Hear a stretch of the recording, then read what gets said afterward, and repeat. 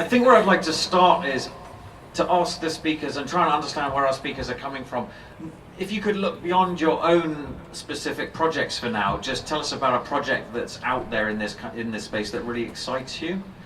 Is it possible to bring to life an example? I think we've heard lots of really good stuff about the theory side of blockchain and law and financial services, where these are overlapping. I think what would be really nice to take away for our audience is best-in-class examples of stuff at the cutting edge, and yet it is really happening today. Anyone want to leap in first on that? And we'll try and keep the answers to a minute or so, if you could, each. Thanks. Yeah, a couple of things that come to mind. About 12 weeks ago, I went to see one of our investors in Dubai, and he launched his own currency. And of course, on the day it was launched, it was absolutely worthless. And by the end of the evening, they'd raised $5 million from the investors who were at the event. And now, 10 weeks later, that fund has over $20 million in it. And that's an ICO for somebody creating their own currency with a very specific set of aims and objectives. It's really an investment fund coin. And that has happened. I saw that happen. And it is a completely extraordinary thing. I think that everyone needs to understand that everything is being disrupted by this. I saw an interesting project a week ago, which is about energy, and the promise in this particular project is the end of all the power companies, so that consumers are only buying directly with their smart contracts from the power generators, taking about 20% out of the market altogether. I suspect the power generators have just put their prices up, frankly, but maybe that will happen. And I just wanted to say something for those of you who are thinking about an ICO. Essentially, it's a marketing exercise rather than a technology exercise, in the sense that the tech is fairly well established, how you create your own coin if you're using Ethereum or doing something like that. It's really down to the word of mouth, the word on the street, and penetrating the most influential blogs, vlogs, and other areas where people get behind the idea that you have. So I don't think there's anything particularly unconventional about that, other than you've got to be on the case and you have to have a really good story around what you're doing. So for me, the ICO marketplace is extremely interesting. There's a lot of very questionable products in the marketplace too. So I shall be certainly looking at Toby's site to see which shitty lawyer I should be employing if it all goes pear-shaped. Certainly those bottom three look really exciting to me. I'm certainly familiar with them. But the truth is, the bottom line for everybody here is speed. The speed of change is so dramatic. I think we're going to see the end of some industries that we've seen for a very long time. And some of them are very complacent, and some of them are adapting quickly. So I think where the opportunities lie are on how quickly you can bring your innovation to the market. Phil, if I could just ask you, if it's appropriate to put some names on those stories, so the Middle Eastern one, the energy one, and then any industries you thought were vulnerable, that'd be... Yes, so the Middle Eastern one's a currency called MCAP. It's listed, and you can find it MCAP. I can't talk about the energy one since I've just invested in it, but I think it's quite interesting because, you know, which other markets have always had a wide margin put into them by making it difficult to access the product or service they've got? That's not an open question just to the lawyers. It's actually a question for every marketplace. And we look at banking. You know, banks are having to innovate very, very rapidly in this space because they're all filled up with legacy systems that they've been supporting for decades to provide a system which essentially has changed and won't ever go back.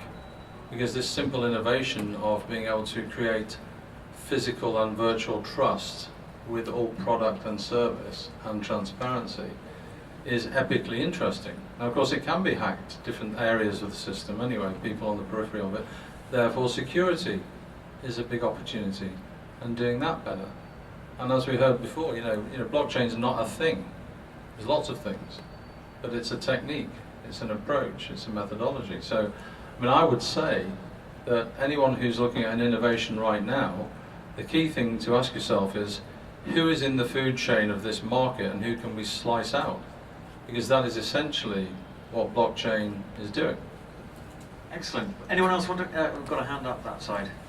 I'm originally from Ukraine, and I just came back from Ukraine a month ago where my partners, my tech team is based.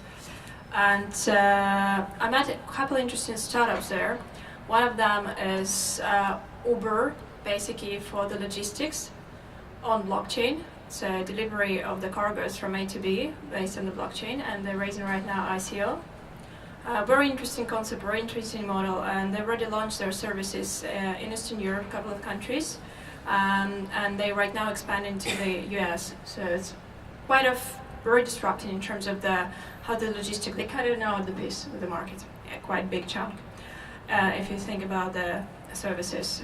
And they're talking right now to a couple of clients like DHL and others, because it's kind of interesting thing. It's one of the things. Second thing is one of the projects in the Africa, so where there's quad bikes, which will be delivering the modular energy. And there's a problem with the digital identity in Africa. People don't have passports, but they can have mobile phones and they can pay there for electricity. So basically, blockchain is another essential solution there, and it's not a theory; it's practice. And it could be multiple blockchains because NGOs no longer or investors want to invest in something intangible. They want to see the delivery projects. So one horizontal where blockchain is in, it's mobile payments and delivery of the energy, record keeping of how much, what delivered, to whom delivered, when, so on and so forth. So data management. And second vertical where the blockchain will be applied, potentially, and is going to be reporting. Reporting from, for instance, United Nations in New York, who's going to be gathering the investor funds to Jan somewhere in Europe, and to the local project managers who will be actually implementing the project. So instant reporting from what has been done, what has been delivered, will be reported immediately to the investors and to the NGOs and to those people who put their funds into the project. And it's not a project not for profit. It's actually money can make money there. How?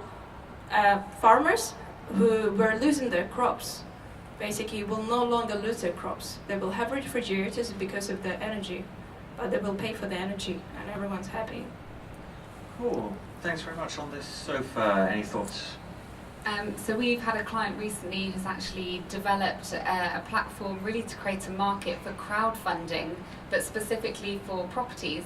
So once you've crowdfunded for the property, you can still buy and sell your share of that property, use it as an investment, but also then creating a system to manage that property. So you also get a regular income, not just the long-term investment. So actually disrupting the property market really and the investment, and using that as a marketplace for investing in crowdfunding for properties. So that's been, something interesting that we've seen recently. Nice. Toby, last man standing. Actually, this is a really, really tough question for me. Legal tech is a good 15 years behind fintech. It has the lowest venture capital investment of any technology sector, and for good reason. Most legal tech is total crap. Allegedly. A big reason for that is for law firms, it's hard to sell into a market where if you make the client more efficient, you actually cost them money. Because law firms obviously bill by the hour. If you save them time, you cost them money. So they'll tell you they want to buy it, but they have really no intention of buying it at all. We don't have law firms use our product to make themselves better. They use it for sales and marketing because they like to show how bad the other lawyers are. So it's, I have to duck that one, I'm afraid. No problem. So I think the territory we're in, it's new, it's exciting, and that means almost inevitably it's quite controversial, and we come across a lot of differences of opinion. I imagine the majority of the room are believers, in short, or at worst skeptical but not cynical about the opportunities here. there are a lot of people, I'm sure, who are cynical, and I'm sure being at the vanguard of this, you've met some interesting differences of opinion.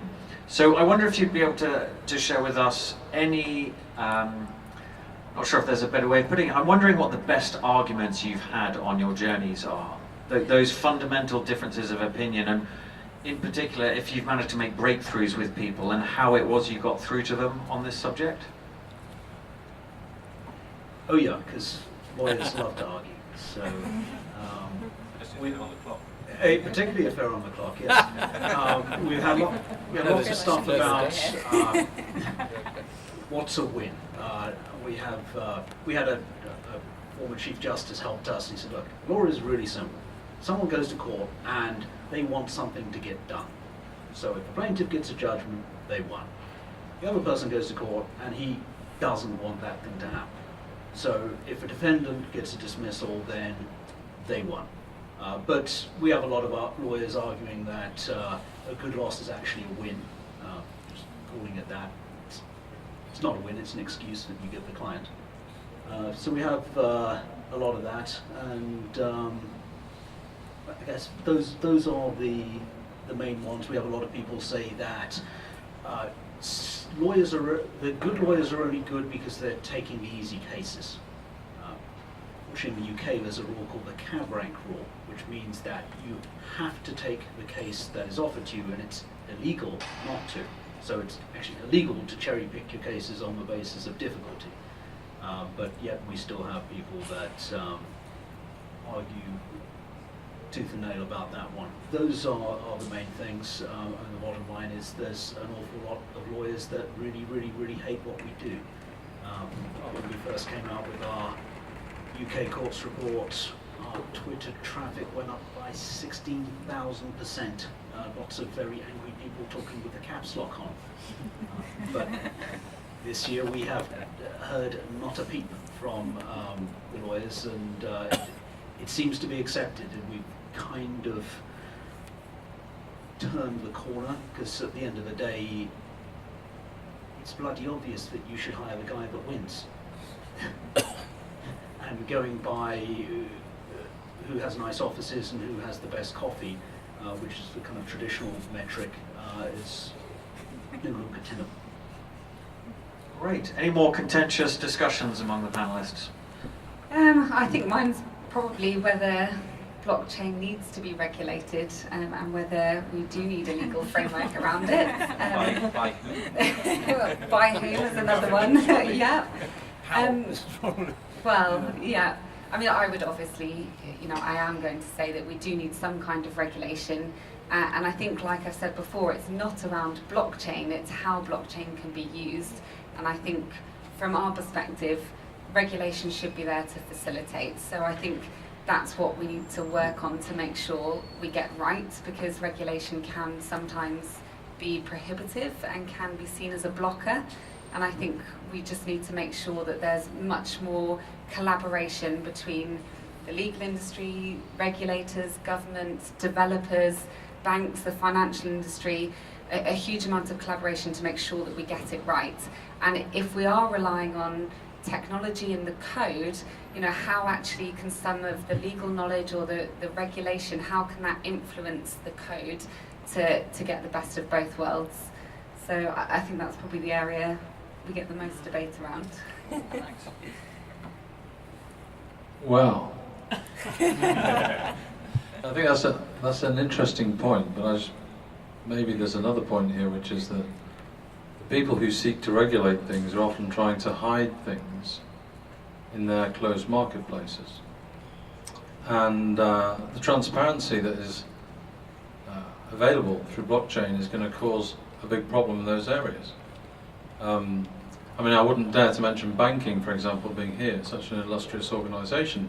But if we look at a company that's up the street who shall be nameless because I can only afford his monkey lawyers, the rigging of LIBOR, if all of that activity was transparent and at least available to be able to be checked, that's the kind of regulation I'd like to see. I'd like to see transactions in the vested interest marketplace as regulated, so we could see what's actually happening. But of course, what we'll find is that we'll actually have regulation imposed to prevent disruption to those marketplaces unless we can go to Toby's list and pick the winner. So my concern is not about whether or not there should be regulation, because I think that argument is correct. The question is who should be regulated. And coming back from the state level and regulation probably to enterprise level, the main argument that we actually face is between the CFO and CIO. CFO saying, show me the numbers. CIO says, no, this innovation should be done. And then it's going in circles. And then it goes back to the C-level board discussion. And frankly, people on the C-board level, they don't care whether it's going to be machine learning or it's going to be blockchain, AI, or any other buzzwords. In the end of the day, what they want to see, increase in the revenue statements, increased transparency in non-financial reporting called ESG, because there is a pressure from the investors. Even recently, ExxonMobil was pushed to issue the green bonds and disclose their ESG reporting. And the task of the CFO to prevent unnecessary spending, where blockchain is currently being ranked in. So our main task is to strategically advise on the blockchain and other technology and position it from the disruptive technology into necessary technologies. Awesome, thank you. So now it's time to turn to the audience. If you'd like to just throw your hand up in the air if you've got a question you'd like to put to the panel.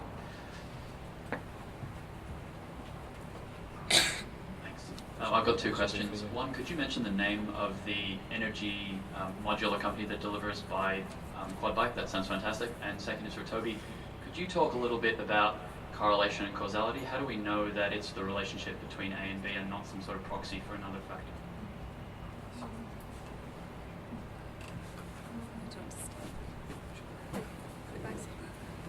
Thanks for the question. It's one of my partners, and unfortunately I cannot disclose the name right now, but I'm happy to talk in the private discussion and see what the touch points. Thank you.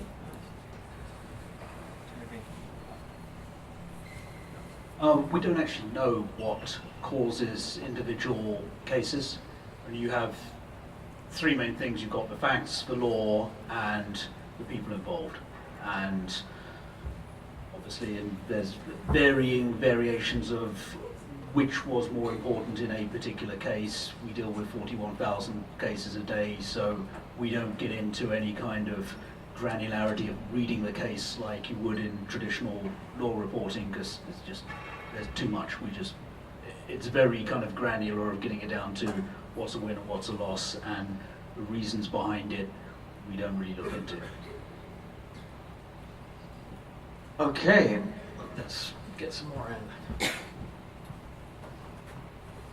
Hi, so I have two questions. First question is, why do a startup needs your platform to raise capital when they can just go on, copy ERC20 tokens code and can issue their token themselves? The second question is, why they... And they should. They should, yeah. So that's how you build your community and you pre-sell your product and create a new hybrid asset class in the market. I agree. Which is different. Now my second question is to you, why do you think that blockchain needs to be regulated? Blockchain is just a mathematically secured ledger that is used for providing trust between two unknown people. So most of the people say that we need to regulate Bitcoin, but Bitcoin is already regulated. The regulations come from the protocol, it is predefined in the code. So if you want to compete against it, you create another protocol, make it more secure, and ask the government to adapt it. So that would be a much better approach, or I want to hear more from you. No, I completely agree with you, and I think we've got exactly the same approach. I don't think it is blockchain. I think it's some of the systems that are using blockchain, and there are vulnerabilities, and they're some of the same considerations we have with anything if it's not using blockchain or if it is using blockchain. If there can be a vulnerability in the application layer, you need to understand how it can be regulated to make it more secure. So I think blockchain is a solution, but I think we need to remember that it can be used in a broader context. Okay, I'm just going to come to the back of the room and get some in from here. Hi, sorry, I've forgotten the lawyer's name. Suzie. I think you've done a brilliant job sitting between two people who've called lawyers monkeys, etc. I think you've been incredibly patient. I'm a former lawyer, I'm with you. I just want to know what you feel about, I mean, obviously technologies are going to create so many efficiencies, and somebody said earlier the supply chain is going to be shortened. Do you think organisations that employ these technologies and therefore potentially displace personnel, staff, have a responsibility to put something in place for that eventuality, that they should have some sort of social project? So to protect the staff whose jobs perhaps... Yes, or sort of rehabilitate into something else. I just think that a lot of organisations that I've come across that have looked at technology and have seen the savings, not just lawyers, but also corporates who've seen the potential benefits, have said, actually, hang on a minute, the enterprise would have to be remodeled to such an extent it's going to have a massive impact, and we're not ready for it. I mean, I think the idea of social projects is a nice idea, but I think we all have to diversify, and even, you know, us in the legal industry, we will eventually be automated to some extent, and I think we as lawyers will have to diversify and adapt to that if we're going to survive, and I think that's going to be the same in all jobs that are being overtaken by AI and other innovations. So I think, yes, certain jobs will be replaced, but I think it will create a lot more opportunities, and to survive we'll have to adapt to go with the opportunity, I think. So. Actually, I'd just also like to add that my greatest hope for blockchain is that one day it will disrupt the legal market so much that I'll be able to sue myself. Still do I thought it Chinese was better walls. than that. Actually, people have done it already. Okay, more questions? Yep.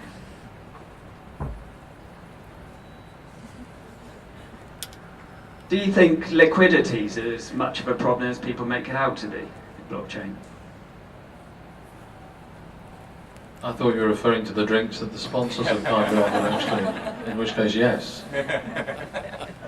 No, liquidity is going to increase, isn't it? I mean, there are lots of crypto hedge funds coming together to offer immediate settlement for CFOs who are now deciding to accept payment in cryptocurrency. I mean, I think one of the things we've got to look out for carefully, and I'd like to predict it here tonight, is we're going to see the collapse of some fiat currencies in certain countries as we see increasing adoption of global cryptocurrency. And let's face it, it's a systemic response to the failure of the banking system back in 2007 and 8. That is the reason why we are here. It isn't the Silk Road, contrary to popular belief or the habits of developers. It is, in fact, to do with the response to the failure of the global banking system. And yes, that's been rebuilt through various means. And since we all know actual currency doesn't really exist and hasn't existed since 1929, we're in a position now where we can see that the only game in town is trust. So actually I do agree that regulation is important when it comes to being able to trust the system in which we're placing our faith and our hard-earned currency. But the truth is liquidity is going to dramatically go the other way, I think, over a 5-year term. And we're going to be finding more and more people rushing into global, single or merged cryptocurrencies. And one other thing I'll say, which I think is really critical to this, is that what governments have failed to do is to provide minimum basic incomes for people in their lives. So we've had this extraordinary and really hideous inequality in the distribution of wealth through the old system. And what cryptocurrencies are going to do, because they are in the algorithms for later, is to ensure that everybody who's using them has sufficient for today in the end. And I think in the 5 to 10 year term, you will see the more enlightened investments in cryptocurrencies going directly to a system which serves everybody, so that whether you're at the top of the meritocratic food chain and doing loads of great business and making more, or if you're not, you will have sufficient, because there is simply no actual reason for poverty on any basis. And I would add to that comment, and I absolutely agree. As for now, we all remember the jokes right now. One Bitcoin was what, $5, then 25, then 250. How much we could have bought for Bitcoin a few years ago? One product in one basket. Right now it's half basket, then it's going to be a few years full basket, and then in a few years it's going to be one basket will be a car or a mansion. So this is what we're talking about, the Bitcoin only. If we're going to look at the Ether, how much was the price of Ether a couple of months ago? We all probably remember. How much it jumped to in? What are the underpinning the Ether price? It's basically that what is developing on the Ethereum platform. And how many platforms right now started to developing on the Bitcoin on other cryptocurrencies? How many new cryptocurrencies have emerged since so far? And that also actually that adds to the point. Yes, digital currency will emerge. It's non-reversible process, and it's just a matter of what are the cryptocurrencies going to be leading ones, what is going to be non-leading ones, and it will filter it out. And another point is money are not connected to anything right now after the Bretton Woods collapse, right? No gold value standard. Right now, cryptocurrency are establishing their own standard, and once it's going to be standardized on its own rules, digital world, digital economy, there will be a further surge of that. Exactly. Just wanted to clear a particular grey area up about what the blockchain is and cryptocurrency. And I think it's important to kind of separate, decouple the two. And it's very easy to get them mixed up. I think there's a space and a role for regulation and policy, particularly with pensions moving into this space and large amounts of money. And you've got to create some kind of boundary in terms of to prevent abuse. So there is a role for governmental regulation to a degree. In terms of the blockchain, offers a lot of transparency and openness, so it kind of self-regulated in itself. It's hard to get even more transparent in an open public blockchain. And I think it's important to make those distinctions. I think again, lastly, regulation as well could be useful to deregulate central regulations and policies. So not that it can turn in on itself or against itself, but it serves the interests of the majority rather than the few. Okay, we have. Back. Can I just? That sounded like a comment more than a question, so I skipped past the panel. Was that appropriate? Yeah. Cool. Just checking. What happens if someone manages to hack into the blockchain and change the results, and if that was found out, legally... Brexit is what happens when you hack into the results. No, I was going to ask, what would you do in that situation from a legal point of view, Sue? And who potentially would you take action against? The person who created the blockchain? If you couldn't get hold of the hacker, would it be the organisation that used it originally? Well, I think at the moment there isn't a clear answer to that. Technically speaking, you can bring a claim against an unknown person, but that's not a position that we want to be in. So we need to look at actually, if we can't identify people using blockchain, how can we take a step back and put in place something to try and prevent it? Because if we can't pursue them if something goes wrong, we need to make sure that we're doing everything we can to, put in place something to prevent it from happening. I think the due diligence and that is more important than actually when something does go wrong. But if we are going to regulate someone, at the moment, like with Bitcoin, the people that you can regulate are the people interacting with Bitcoin. So that's at the moment the only people that we can take action against, unless you want to pursue an unknown person. I gave earlier an example on the enterprise level where there is a trading company and there is a trade repository and then there is state governmental agency. And obviously there is a track record, there is a shared repository, and this issue can be resolved in the permissioned blockchain, not in the permissionless. So obviously claim can be raised against one of the three counterparties, or one particular counterparty, depending how many nodes or participants in the network are been allocated. So yes, it is possible. And there are certain cases that might be rising in the near future. And I would agree with that, definitely. In a in a permissioned blockchain or a permission distributed ledger, it is easier to perhaps have some kind of identifier. So it is very much in the unpermissioned at the moment.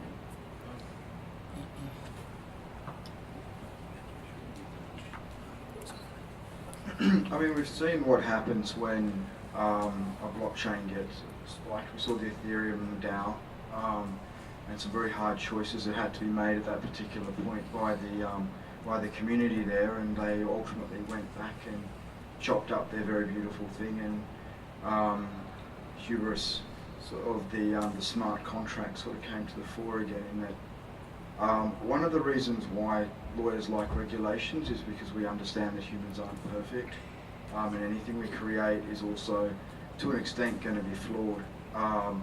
And a perfect contract, like a smart contract, the more complicated you make it, the less able it is to actually deal with real-world scenarios. It will jam because it's a binary sort of system.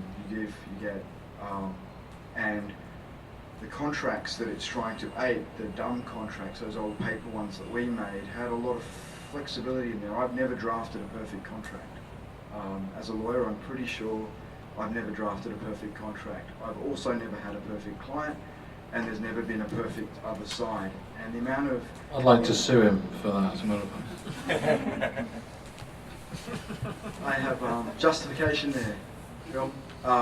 Phil is a client. A former client. We'll be back.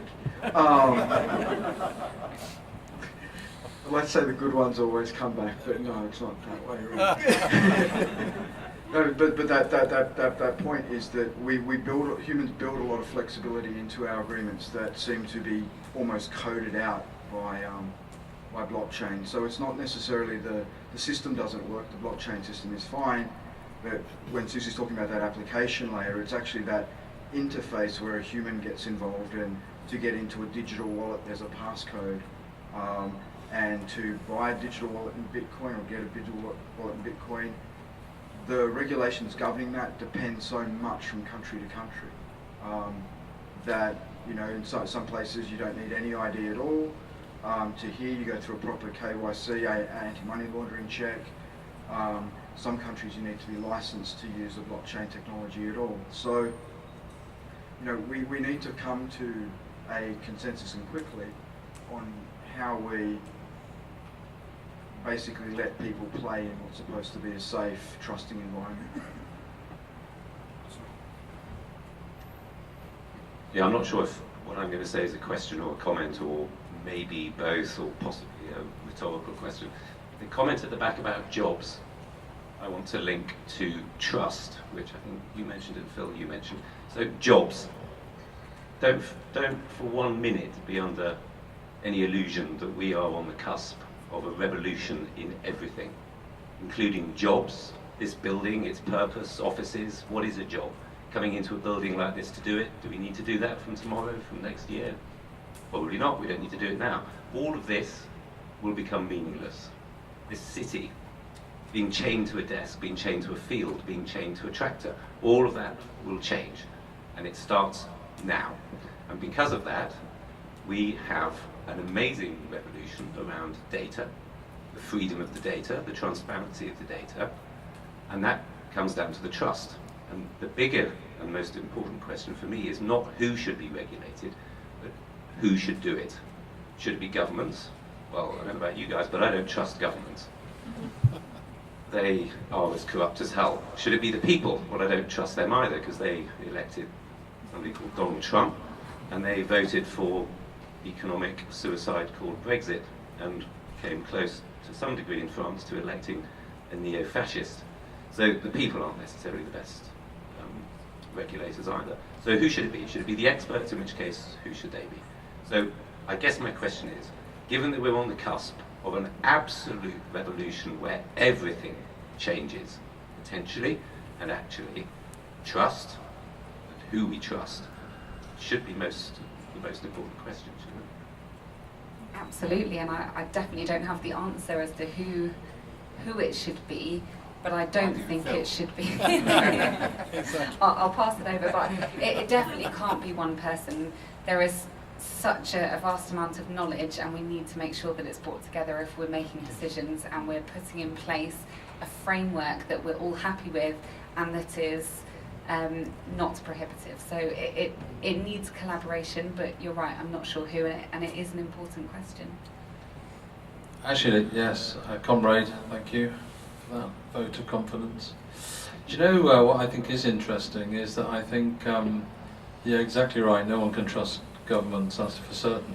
I mean, the Federal Reserve has been a Ponzi scheme for 100 years, and the most successful one. You know, hands up who'd like to raise their own debt ceiling? Yeah, right, let's do that. You'd like to quantitatively ease yourselves? Yes, why not? Well, actually, that's what we can do now. And that's really important to know.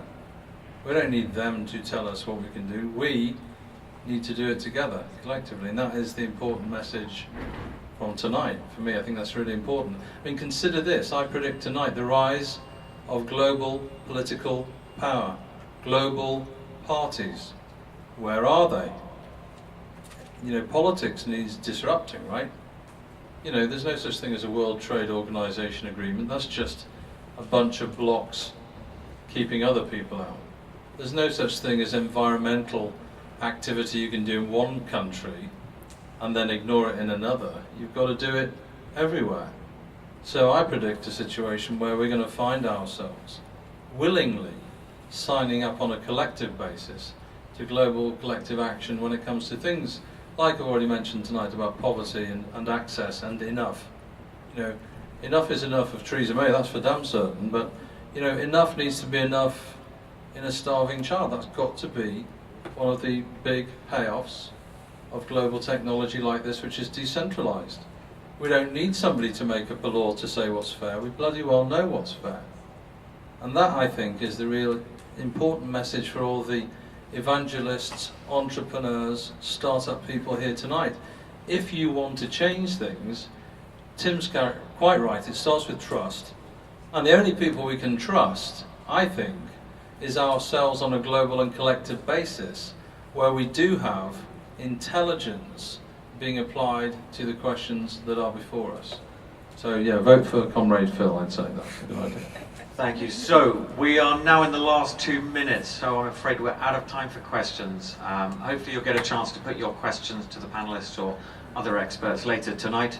I just wanted to hand over, we've just got a few seconds left, but I thought it'd be best to give the last words to the panel, and if you could perhaps give us, if there's one thing you want the audience to remember from tonight, are you able to give us a soundbite on the one thing you hope they'll remember from tonight most of all?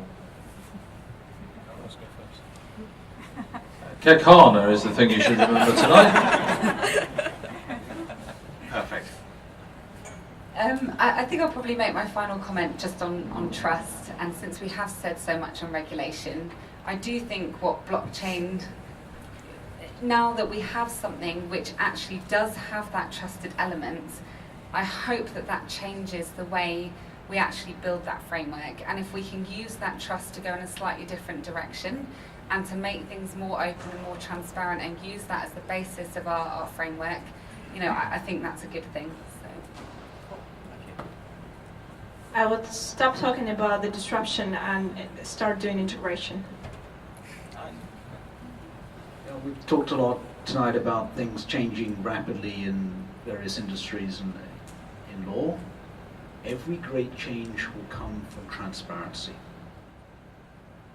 And as I'm getting married on the 21st of October, block and chain has never been more relevant in my life. Nice. Round of applause, please, for everyone on the panel.